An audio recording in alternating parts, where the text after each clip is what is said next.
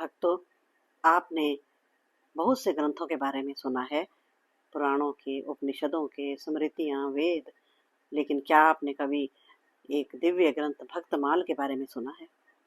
ये जो भक्तमाल ग्रंथ है, जो संत नाभादास जी द्वारा रचित है, ये दिव्य अनूठा ग्रंथ जिसकी की जितनी प्रशंसा की जाए वह कम है, उसके बारे में मैं आज आपसे चर्चा करूँगी। ये ग्रंथ जो है, इसकी बहुत सी टीकाएँ लिखाई गई हैं और इनमें से प्रियादास जी द्वारा लिखी गई टीका जो है वो बहुत प्रसिद्ध है।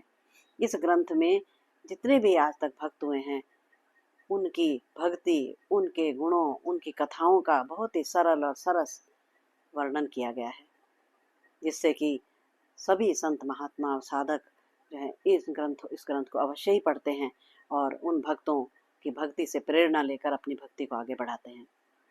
इस ग्रंथ के प्रागट्य की भी एक अनूठी एक दास्तान है। ये जो अद्वितीय विलक्षण घटना हुई है, यह मैं आपसे साझा करूंगी। एक बार संत नाभादास जी थे, वह अपने गुरु श्री संत अगरदास जी के साथ बैठे हुए थे। अगरदास जी अपने आंखें बंद करके श्री राम सीता जी के मानसी सेवा में व्यस्त थे।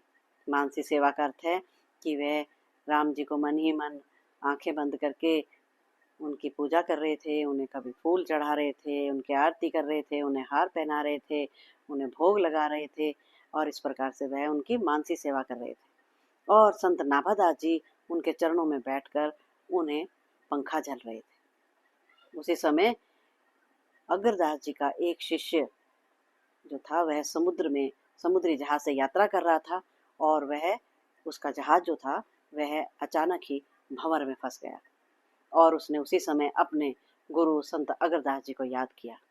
लेकिन अगरदास जी जो मानसी सेवा में व्यस्त थे, जब ही उन्हें उनके याद करने का एकदम से दिव्य दृष्टि से उन्हें पता लगा, लेकिन उससे पहले ही संत नाभादास जी जो गुरु को पंखा चल रहे थे, उनको भी अपनी दिव्य दृष्टि से मन ही मन इस बात का पता चल गया कि उनका शिष्य समुद्र में भंवर में फंस गया है और उन्होंने नाभादास जी ने अपने पंखे की हवा से उस जहाज को समुद्र में आगे बढ़ा दिया और भंवर में से निकाल दिया। और उसी समय संत अगरदास जी अपनी मानसी सेवा से निकले और एकदम से उन्होंने आंखें खोली। तो जब ही आंखें खोली तो नाभादास जी ने कहा, प्रभु गुरुदेव, आप अपनी मानसिक सेवा में व्यस्त हो जाइए, क्योंकि आपका शिष्य जो भंवर में फंस गया था वो अब वहाँ से निकल गया है। मैंने उसे पंखे की हवा से उसे जहाज को निकाल दिया है। संत अगरदास जी इस बात को सुनकर के आश्चर्यचकित रह गए और उन्होंने कहा कि इस मेरे शिष्य की इतनी बड़ी भक्ति हो गई है कि वह मेरी मानसी सेवा में प्रवेश कर गया। उसे इतनी दिव्य दृष्टि प्राप्त हो गई है कि वह अपने पंखे की हवा से उसने शिष्य के जहाज को भंवर से निकाल दिया। इस पर वे बहुत ही अधिक प्रसन्न हुए और उन्होंने कहा कि नाभादास पुत्र, तुम्हारी भक्ति और तुम्हारी संतों की सेवा जो है, इसने आज ये साबित कर दिया कि भक्ति और संतों की सेवा से कितने अमूल्य हमें विलक्षण गुण प्राप्त हो जाते हैं। तो उन्होंने कहा, नाभादास, मैं तुम्हारे इस बात से बहुत प्रसन्न हूँ और अब तुम जिन संतों की कृपा से, जिनकी सेवा से तुम्हें यह दिव्य दृष्टि प्राप्त हुई है, तुम जो है उन्हीं संतों के चरित्रों का वर्णन करो, उनकी भक्ति का वर्णन करो और एक ग्रंथ लिखो। नाभादास जी ने कहा कि प्रभु, मैं राम कृष्ण आदि के गाथाओं को गा सकता हूँ, भजनों को गा सकता हूँ, परंतु संतों की भक्ति का पार पाना तो बहुत मुश्किल है। मैं ऐसा कठिन कार्य मैं नहीं कर पाऊंगा। लेकिन संत अगरदास जी ने कहा कि नाभादास, तुम्हें जिस प्रभु ने अपनी भक्ति के कारण ये दिव्य दृष्टि प्राप्त की, जिस भक्ति के कारण तुमने शिष्य को के जहाज को दूर बैठकर भी समुद्र से निकाल दिया, वही प्रभु तुम्हारे हृदय में बैठकर तुम्हें उन संतों के चरित्रों को लिखने की प्रेरणा देंगे। और क्योंकि तुम उनके सच्चे भक्त हो, संतों के तुम सच्चे सेवक हो, अतः आप ये ग्रंथ अवश्य ही लिखें।